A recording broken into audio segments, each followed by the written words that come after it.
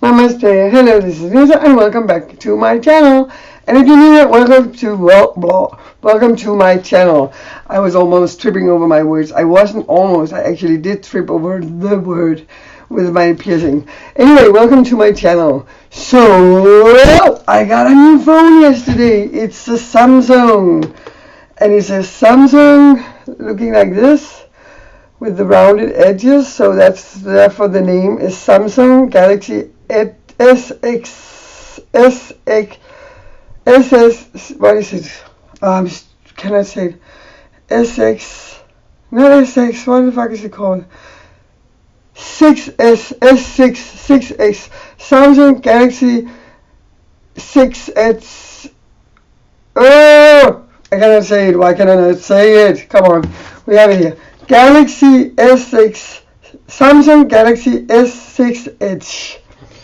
There we go. It looks like this. The Edge is named because it is the same as the Samsung Galaxy 6S, but with Edge here, it's rounded edge, and it's so comfortable to hold on. It's very easy to hold on.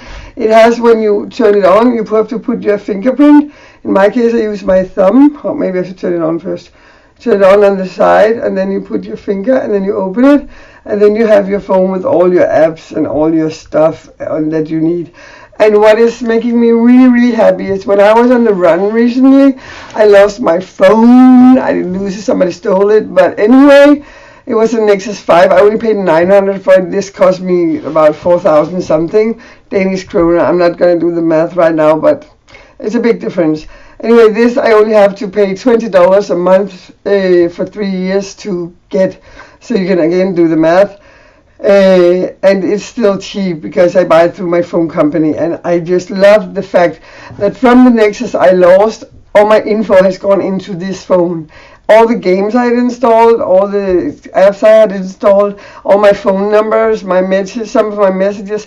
Unfortunately, not my pictures and my other stuff, but it's a fresh phone and I welcome it in my life, and I can really recommend it. I chose the gold one. Actually, I didn't. I let the phone lady choose which color.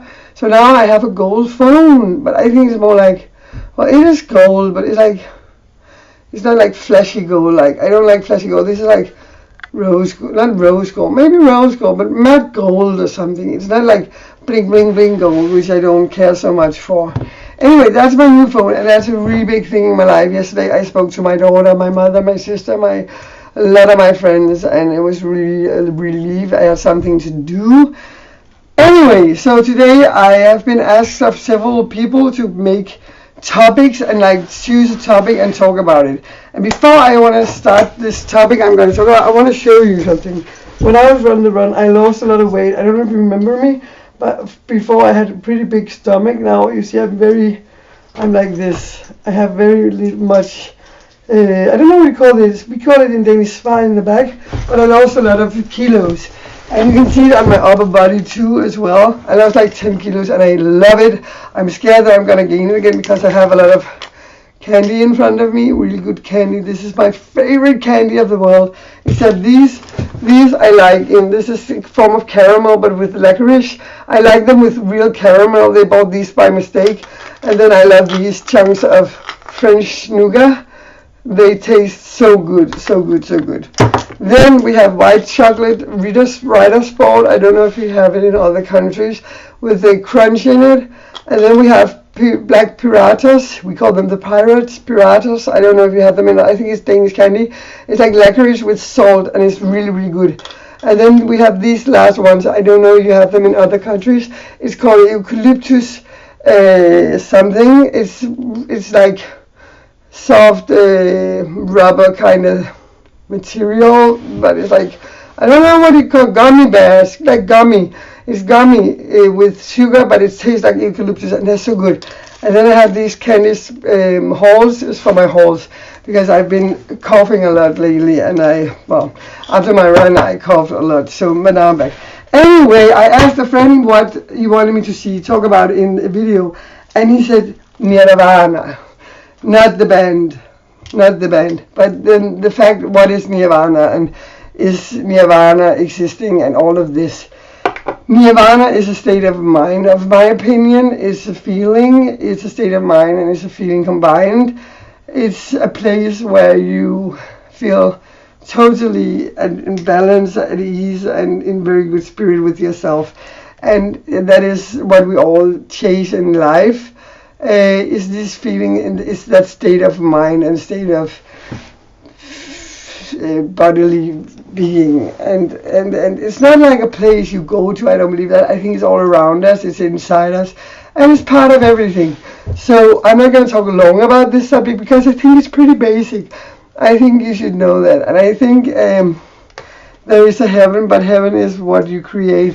What you visualize, you materialize. If you believe in hell, like with pain, I don't, because it's like you come to a certain point where the body, and we know this because we've been torturing people for so long, that you can torture a person to a certain point and then they stop like feeling it and they go numb and they go into themselves. Maybe they go to the happy place. I don't know where they go, but I know they become numb to the more pain. So I don't believe in a hell where you burn and like physical pain because you come to this. But I do believe in mental pain and mental sickness being the worst kind of hell you can live in, because being mentally ill is really, really not funny. It is a trip beyond a trip, and it's, of course it varies from what disease you suffer from and what kind of mental degree of mental illness you are, or demonic possession, or what you want to call it, because it is demonic. It is evil, and it is scary, and it is not something to be laughed about, and it is real. People call it illusions and hallucinations, and it is not. It is just as real as anything around us. We just live in a dimension where those things are not reachable for us unless we are in a state of mind we cannot control, which is being mentally fucked up, or if you are under the influence of drugs, psychedelic, I would say. Anyway, nirvana is the opposite. It's a state of mind. It's peace of mind, and it is one with everything. Being in balance, adjusting, handling, because God would not give you something. I believe this saying that you say that God will not give you more than you can handle, that He's testing you. Let's say there is a God in that way.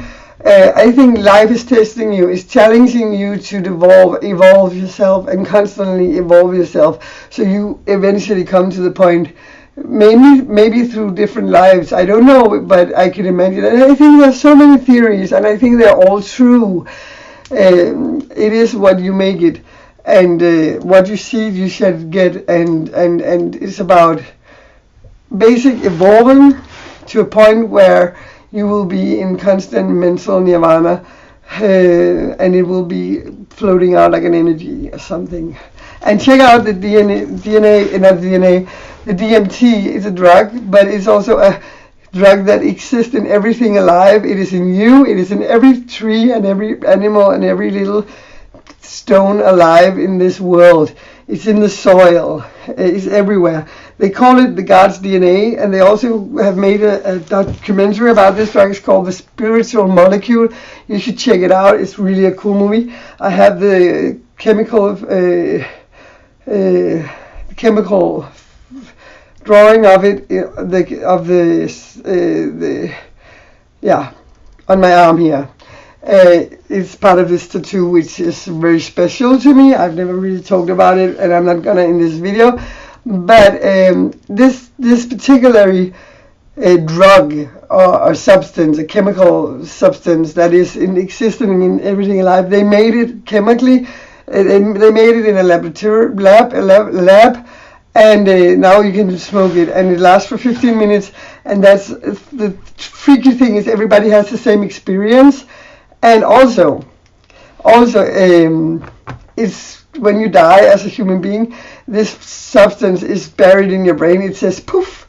So that's all we know about it. So we call it the death experience, and there's absolutely nothing to be afraid of. That would be true nirvana. I did smoke the drug, yes, I know how it feels, but I would recommend people trying it for themselves or waiting till they die. So nirvana, I believe, is like, I'm in nirvana even though I'm here. This is just a test, and I will succeed. Power to the people. Love, love, love, love, love, love, love me do.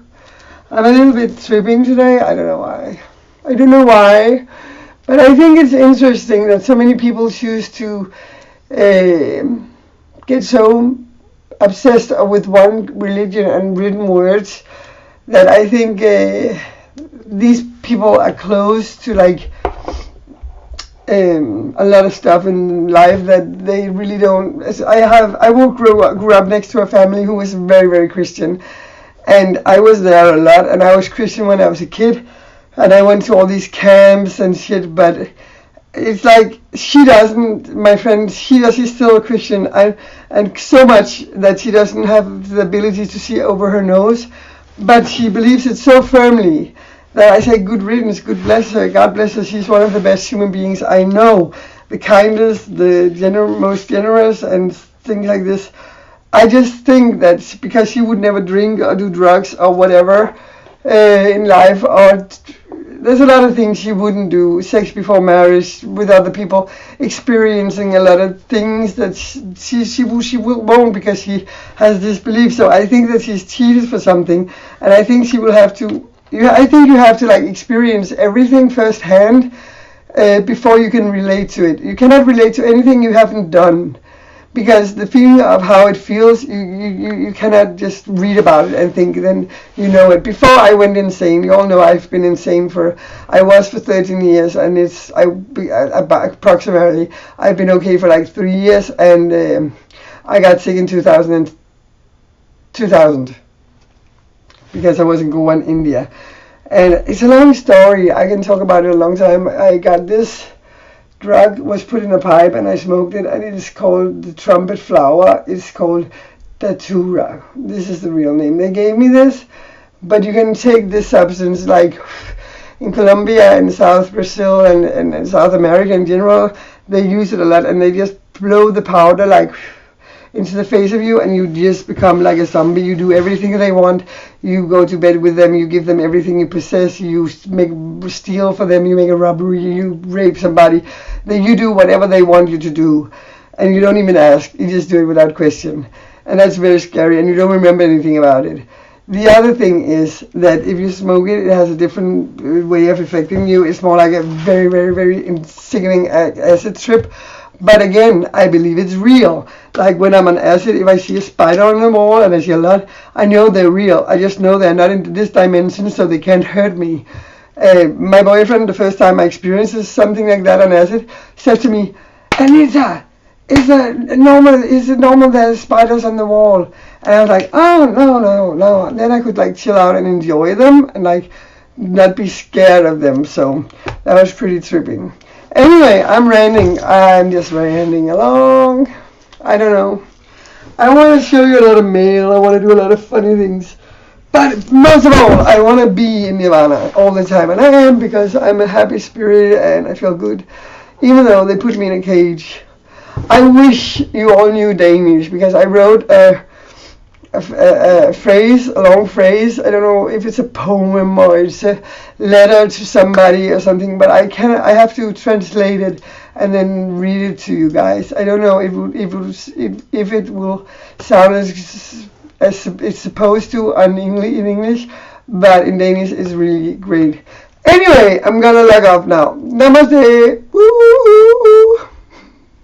I see you later.